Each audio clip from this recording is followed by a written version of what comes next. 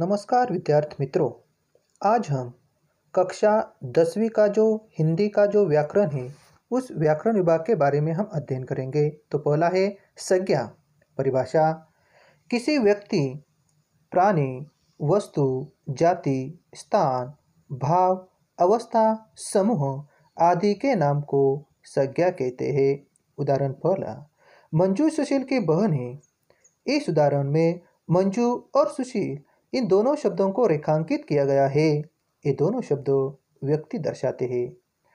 उदाहरण दूसरा, गाय और बैल उपयोगी पशु है। इन उदाहरण में गाय और बैल दोनों शब्दों को रेखांकित किया गया है। ये दोनों शब्द प्राणी दर्शाते हैं।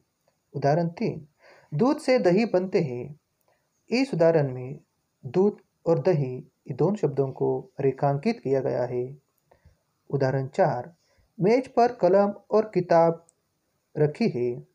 मेज, कलम और किताब इन तीनों शब्दों को रेखांकित किया गया है। उदाहरण 5, हिंदू मंदिर में पूजा करने गए। इस तरह प्रत्येक व्यक्ति, प्राणी, वस्तु, जाति, स्थान, भाव, अवस्था, समूह आदि के नाम को संज्ञा कहते हैं। तो सबसे पहले हम संज्ञा के जो भेद है, प्रकार है, उसके बारे में हम अध्ययन करेंगे। संज्ञा के 5 भेद प्रकार माने गए हैं। उनमें से सबसे पहला है व्यक्तिवाचक संज्ञा, दूसरा है जातिवाचक संज्ञा, तीसरा है भाववाचक संज्ञा, चौथा है द्रव्यवाचक संज्ञा और पांचवा है समूहवाचक संज्ञा।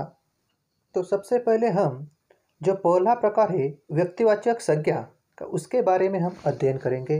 तो देखिए परिभाषा: जिस संज्ञा से किसी विशेष व्यक्ति, स्थान या वस्तु का बोध होता है उसे व्यक्तिवाचक संज्ञा कहते हैं।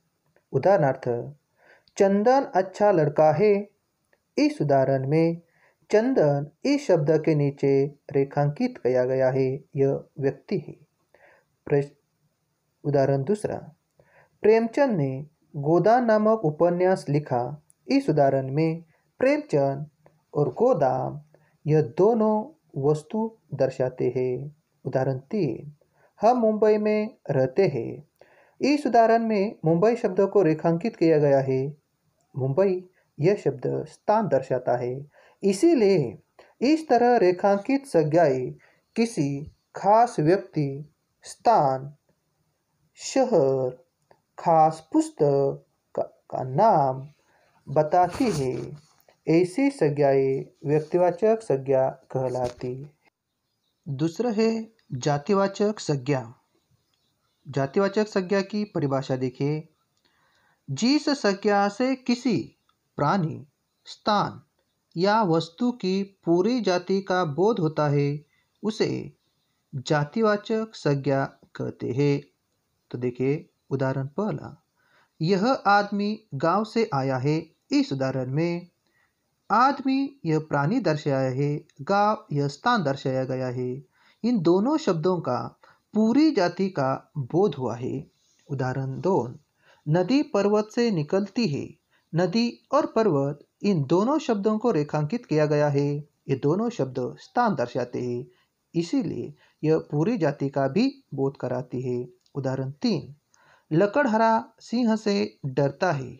इस तीसरे उदाहरण में लकड़हारा और सिंह यह दोनों प्राणी दर्शाते हैं और इनका पूरी जाति का भी बोध हुआ है। ठीक इसी प्रकार इन वाक्यों में रेखांकित शब्द आदमी, गांव, नदी, पर्वत, लकड़हारा, सिंह संज्ञाएं हैं। इन संज्ञाओं में से प्रत्येक संज्ञा से किसी न किसी जाति के संपूर्ण पदार्थों का बोध होता है। ऐसी संज्ञा जातिवाचक संज्ञाएं कहलाती है। तीसरा है भाववाचक संज्ञा। तो देखिए भाववाचक संज्ञा की परिभाषा: जिस संज्ञा से किसी प्राणी या वस्तु के किसी गुण, भाव या दशा यानी अवस्था का बोध होता है उसे भाववाचक संज्ञा कहते हैं। तो उदाहरण देखिए पहला, संत सबके प्रति दया और प्रेम रखते हैं। इस उदाहरण में दया और प्रेम इन दोनों शब्दों के नीचे रेखांकित किया गया है। उदाहरण 2, गांधी जी सत्य और अहिंसा के पुजारी थे। इस दूसरे उदाहरण में सत्य और अहिंसा इन दोनों शब्दों के नीचे रेखांकित किया गया है। उदाहरण 3, हमें लालच नहीं करना चाहिए। लालच इस शब्द के नीचे रेखांकित किया गया है। तो इन वाक्यों में रेखांकित शब्द देखिए दया, प्रेम, सत्य, अहिंसा, लालच संज्ञाएं है। ये संज्ञाएं किसी न किसी भाव, गुण, अवस्था का बोध कराती है, इसलिए यह भाववाचक संज्ञा कहलाती है। चौथा प्रकार है द्रव्यवाचक संज्ञा। द्रव्यवाचक संज्ञा की परिभाषा देखिए, जिस संज्ञा से किसी द्रव्य का बोध होता है उसे द्रव्यवाचक संज्ञा कहते हैं। उदाहरण पहला, लोहा काला होता है और चांदी सफेद होती है। इस पहले उदाहरण में लोहा और चांदी इन दोनों शब्दों को रेखांकित किया गया है। उदाहरण 2, हमारी दुकान पर गेहूं, चावल, दाल, तेल, मिर्च आदि चीजें बिकती है। तो इन उदाहरण में गेहूं, चावल, दाल, तेल, मिर्च इन सभी शब्दों को रेखांकित किया गया है। उदाहरण 3, तुम दूध में पानी अधिक मिलाते हो। तीसरे उदाहरण में दूध और पानी इन दोनों शब्दों को रेखांकित किया गया है। तो देखिए इन वाक्यों में रेखांकित किए गए शब्द लोहा, चांदी, गेहूं, चावल, दाल, तेल, दूध, पानी आदि रेखांकित शब्द संज्ञाएं हैं। इनमें से प्रत्येक संज्ञा किसी न किसी द्रव्य का बोध कराती है, इसीलिए यह द्रव्यवाचक संज्ञाएं है। समूहवाचक संज्ञा। तो देखिए समूहवाचक संज्ञा की परिभाषा, जिस संज्ञा से किसी एक ही जाति के व्यक्तियों, प्राणियों, वस्तुओं के समूह का बोध होता है उसे समूहवाचक संज्ञा कहते हैं। तो उदाहरण देखिए पहला, हमारा दल जीत गया। इस उदाहरण में दल इस शब्द के नीचे रेखांकित किया गया है। दल यह शब्द समूह दर्शाता है। उदाहरण 2, बच्चे जुलूस में गए। इस उदाहरण में जुलूस इस शब्द को रेखांकित किया गया है।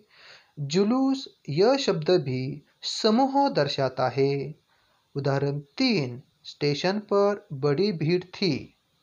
भीड़ इस शब्दों को रेखांकित किया गया है और यह शब्द भी समूह दर्शाता है। उदाहरण 4, मैंने हिरणों का झुंड देखा। इस उदाहरण में झुंड यह शब्द प्राणियों का समूह दर्शाता है।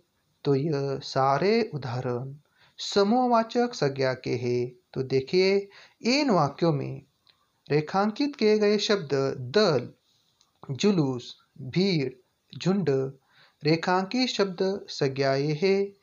ये सारे शब्द व्यक्ति, प्राणियों, वस्तुओं, समूहों को सूचित कराते हैं, इसलिए यह समूहवाचक संज्ञाएं हैं। इस प्रकार आज हमने संज्ञा और संज्ञा के जो 5 भेद है, प्रकार है, उनके बारे में हमने आज अध्ययन किया है।